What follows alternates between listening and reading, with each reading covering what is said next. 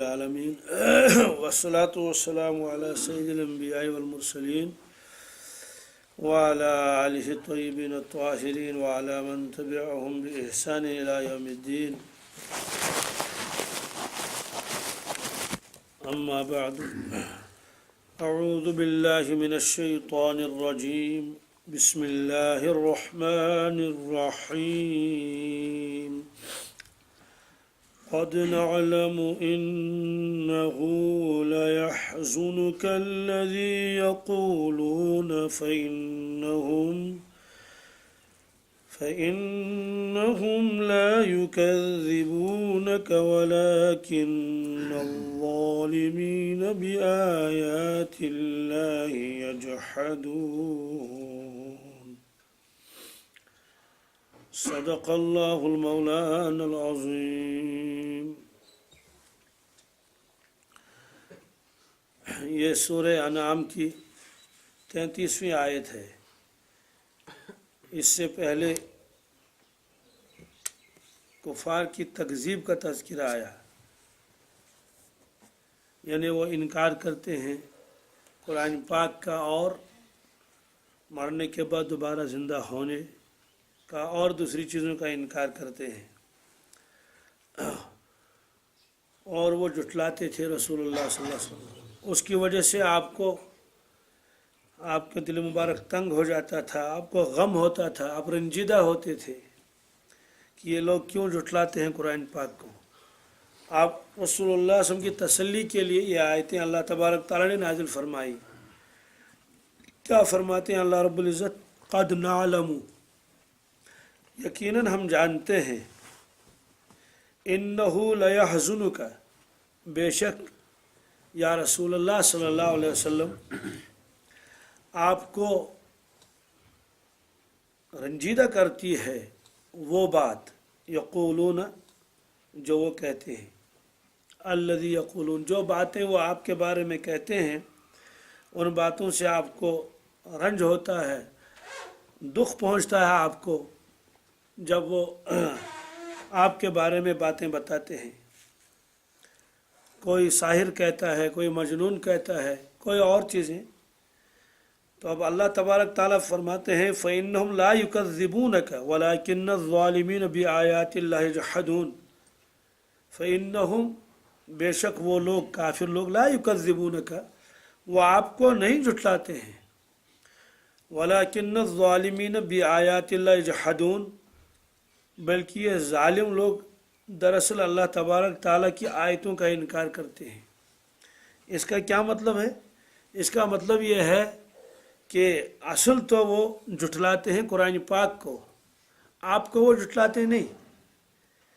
ابو جہل نے ایک مرتبہ کہا تھا کہ اے محمد صلی اللہ علیہ وسلم، ہم آپ کو جھٹلاتے نہیں، ہم آپ کو جھوٹا نہیں کہتے ہیں، آپ سچے ہیں، لیکن جو کلام آپ سناتے ہیں وہ جھوٹا ہے.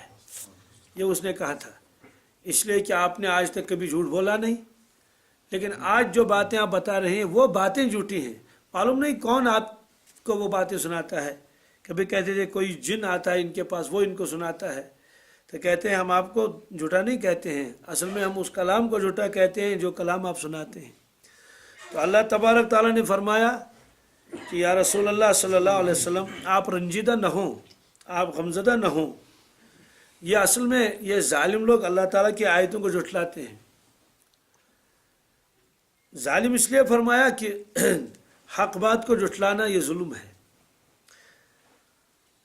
اب اس میں تسلی کس طرح ہے کہ یہ آپ کو جھٹلاتے نہیں، اللہ تعالیٰ کی آیتوں کو جھٹلاتے ہیں، اس لیے اللہ تبارک تعالیٰ خود ان سے نمٹ لیں گے، ان کو سزا دیں گے. اور بالفرض اگر ضمناً آپ کی بھی تکذیب ہو رہی ہے تب بھی کوئی غم نہیں. کیوں؟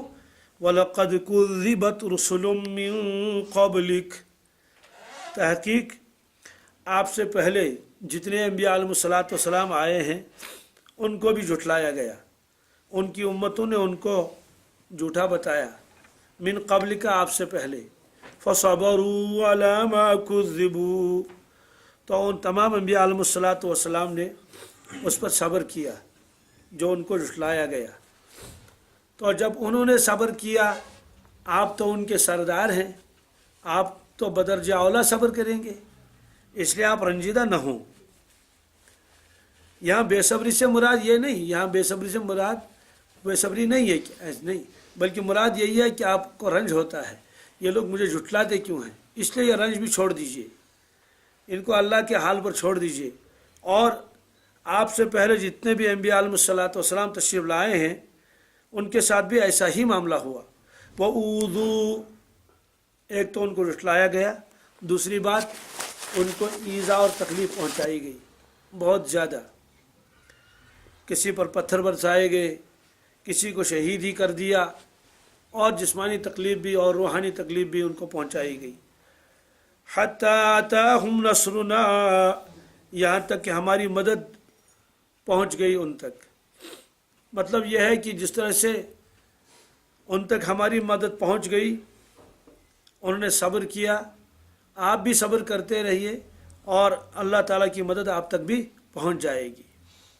پھر وہی ہوا کہ جگہ جگہ اللہ تبارک تعالیٰ نے رسول اللہ صلی اللہ علیہ وسلم کی مدد فرمائی، جنگوں میں، دوسرے موقعوں پر۔ وہ ان آیتوں میں تسلی ہے رسول اللہ صلی اللہ علیہ وسلم کو کہ آپ رنجیدہ نہ ہوں۔ وَلَا مُبَدِّلَ لِكَلِمَاتِ اللَّهِ، اللہ کی باتوں کو کوئی بدلنے والا نہیں، اللہ تعالیٰ کا قانون بدلتا نہیں۔ یعنی اللہ تعالیٰ کا قانون کیا ہے؟ وہی ہے کہ انبیاء علیہ الصلوۃ والسلام کو تکلیف پہنچائی گئی اور آخر میں اللہ تبارک تعالیٰ کی مدد آ گئی اور وہ لوگ غالب آ گئے۔ اور یہ مضمون قرآن پاک میں کئی جگہ ہے۔ ایک جگہ فرمایا لَقَدْ سَبَقَتْ كَلِمَتُنَا لِعِبَادِنَا الْمُرْسَلِينَ، اس کا مطلب یہ ہے کہ میرے خاص بندوں مرسلین کے لیے جو میرا قانون ہے وہ قانون تو گزر چکا۔ وہ قانون یہی تھا کہ اللہ تبارک تعالیٰ ان کی مدد فرماتے تھے۔ اِنَّهُمْ لَهُمُ الْمَنْصُورُونَ، وہ قانون کیا تھا کہ آخر میں وہی منصور ہوں گے۔ منصور کے معنی آتے ہیں جس کی مدد کی جائے، اللہ تبارک تعالیٰ کی جانب سے ان کی مدد ہوگی، آخر میں ایسا ہی ہوگا۔ بظاہر تو کافر لوگ غلبے میں ہوتے تھے، تعداد میں زیادہ، لیکن آخر میں غلبہ اللہ تعالیٰ انبیاء علیہ الصلوۃ والسلام کو ہی فرماتے تھے۔ وَإِنَّ جُندَنَا لَهُمُ الْغَالِبُونَ، اور میرا لشکر ہی آخر میں غالب رہے گا۔ گویا انبیاء علیہ الصلوۃ والسلام اللہ تبارک تعالیٰ کے لشکر ہیں، کیونکہ یہ اللہ تبارک تعالیٰ کی طرف لوگوں کو بلاتے ہیں۔ ان کے مقابلے میں شیطان کا لشکر ہے، وہ انبیاء علیہ الصلوۃ والسلام کے مقابلے میں ہے۔ ایک جگہ فرمایا ان حزب اللہ هم الغالبون، اللہ کی جماعت ہی غالب رہے گی۔ حزب مانے جماعت اور پارٹی۔ ایک جگہ فرمایا اللہ تبارک تعالیٰ نے اِنَّا لَنَنصُرُ رُسُلَنَا، بے شک یقیناً ہم ضرور اور ضرور مدد کریں گے اپنے نبیوں کی۔ ایک جگہ فرمایا کتب اللہ لأغلبن انا ورسلی، اللہ تعالیٰ نے یہ فیصلہ کر لیا ہے کیا؟ لأغلبن انا ورسلی، کہ غالب ایک میں رہوں گا اور میرے نبی رہیں گے، یعنی میں اور میرے نبی غالب رہیں گے۔ یہ اللہ تعالیٰ نے قرآن پاک میں جگہ جگہ فرمایا ہے۔ تو یہاں یہی فرمایا کہ میرا جو قانون ہے وہ بدلنے والا نہیں ہے، ولا مبدل لکلمات اللہ، اور وہ قانون یہی ہے کہ انبیاء علیہ الصلوۃ والسلام غالب رہتے ہیں، اور آپ انبیاء علیہ الصلوۃ والسلام کے سردار ہیں، اس لیے خصوصی مدد آپ کی جائے گی۔ وَلَقَدْ جَاءَكَ مِن نَبَإِ الْمُرْسَلِينَ، یقیناً آپ کے پاس انبیاء علیہ الصلوۃ والسلام کے واقعات پہنچ چکے ہیں، ان کی خبریں آپ تک پہنچ چکی ہیں۔ کیا مطلب ہے اس کا؟ اس کا مطلب یہ ہے کہ وہ واقعات آپ پاس پہنچ چکے ہیں۔ نوح علیہ السلام کا واقعہ، ابراہیم علیہ السلام کا واقعہ، موسیٰ علیہ السلام کا واقعہ، ان کے واقعات، ان کی خبریں، وہ سب آپ جانتے ہیں، آپ کے پاس پہنچ چکے ہیں وہ سارے واقعات و حالات۔ اس لیے اگر آپ کے ساتھ یہ لوگ اس طرح کا معاملہ کرتے ہیں تو کوئی یہی نئی بات نہیں ہے، یہ تو ہو رہا ہے، پہلے سے بھی ہو رہا ہے۔ اس لیے آپ رنجیدہ نہ ہوں، غم زدہ نہ ہوں، بلکہ آپ اپنا کام کرتے رہیے، ان کو اللہ کے ہار پر چھوڑ دیجئے، وہ خود نمٹ لیں گے ان سے۔ اس لیے کہ اللہ تعالیٰ کی آیتوں کو جھٹلانا یہ ہلاکت ہے اور بربادی ہے۔ وَلَقَدْ جَاءَكَ مِن نَبَإِ الْمُرْسَلِينَ،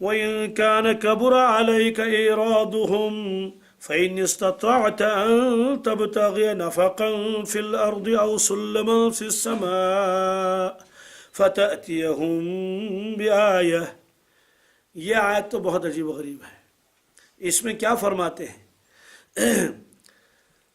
کفار یہ چاہتے تھے کہ ہمارے فرمائشی معجزے پورے کیے جائیں، یعنی جن معجزہ کے بارے میں ہم فرمائش کرتے ہیں یہ ہو وہ ہو یہ ہو۔ کبھی کہتے تھے کہ انصاف کے ساتھ جیسے بادشاہوں کے ساتھ وہ سپاہی رہتے ہیں اور وہ جگہ جگہ ساتھ رہتے ہیں، باڈی گارڈ ساتھ رہتے ہیں اور وہ ہٹو بچو کہتے رہتے ہیں، تو ان کے ساتھ بھی کچھ فرشتے ہونے چاہیے کہ وہ بھی ان کے آگے آگے چلیں اور لوگوں کو کیا کہیں گے، ہٹ جاؤ، حضرت کو جگہ دے دو چلنے کے لیے، اور اگر کوئی انکار کریں تو ایک کوڑا مارے ان کو۔ تو وہ یہ چاہتے تھے ان کے ساتھ ایسے فرشتے رہیں اور ہم کو بھی وہ نظر آئیں تاکہ پتہ چل جائے کہ اللہ کے نبی ہیں، اور خصوصی باڈی گارڈ ان کے لیے اللہ نے آسمان سے بھیج دیے فرشتے۔ کبھی تو یہ کہتے تھے، کبھی تو یہ کہتے تھے کہ اگر آپ واقعی اللہ کے نبی ہیں اور نبیوں کے سردار ہیں اور اللہ کے لاڈلے ہیں تو ہماری فرمائش پوری کر لیجئے، کیا مشکل ہے؟ کیا فرمائش ہے؟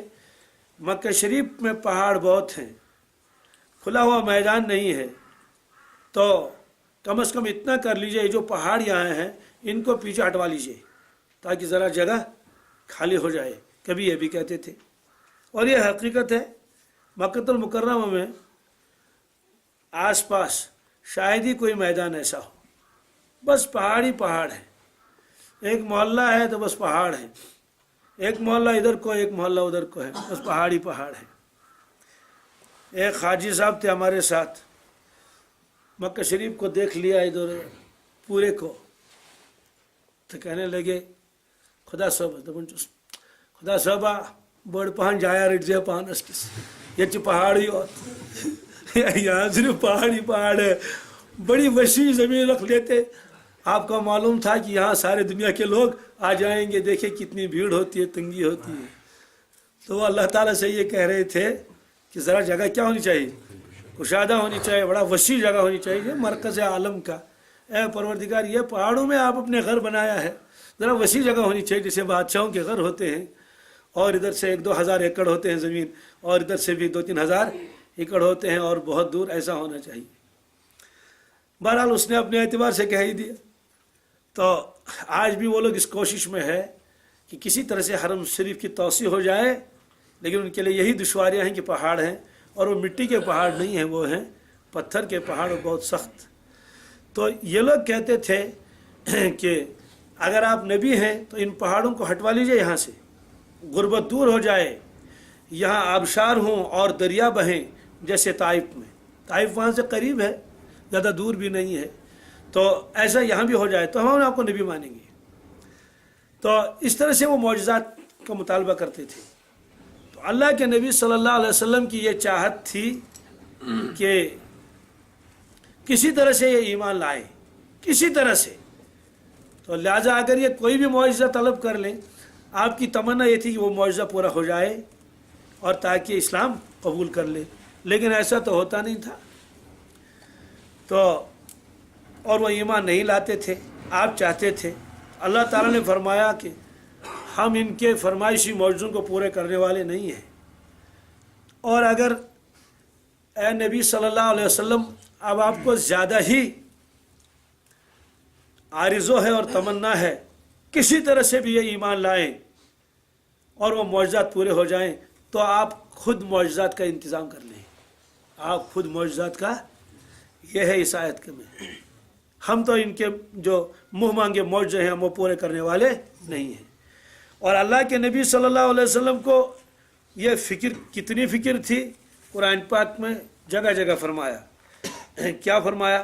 کہیں فرمایا لَعَلَّكَ بَاخِعٌ نَفْسَكَ عَلَىٰ آثَارِهِمْ إِن لَّمْ يُؤْمِنُوا بِهَٰذَا الْحَدِيثِ أَسَفًا۔ اسف کے معنی آتے ہیں غم اور فکر اور رنج۔ کبھی ایسا بھی ہوتا ہے کہ کسی آدمی کے اوپر ایسا غم طاری ہو جاتا ہے تو وہ اسی غم میں دنیا سے چلا جاتا ہے۔ تو اللہ تعالیٰ فرماتے ہیں کہ یا رسول اللہ صلی اللہ علیہ وسلم، ایسا لگتا ہے، ایسا کہ آپ اتنا غم اٹھائے ہوئے ہیں ان لوگوں کی وجہ سے کہ اگر یہ ایمان نہیں لائیں گے تو ایسا لگتا ہے کہ اپنے جان عزیز کو آپ غم کی وجہ سے ختم کر دیں گے۔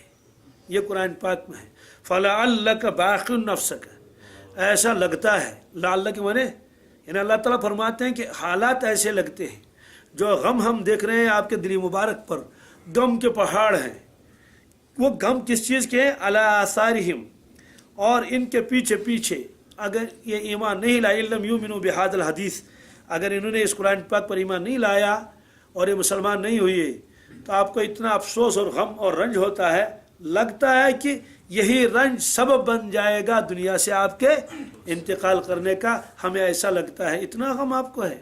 یہ فرمایا اللہ تبارک تعالیٰ نے۔ اس کا مطلب تو ہے کہ یہ تو ہم تصور بھی نہیں کر سکتے کہ ایسا غم اللہ کے نبی وسلم کو تھا۔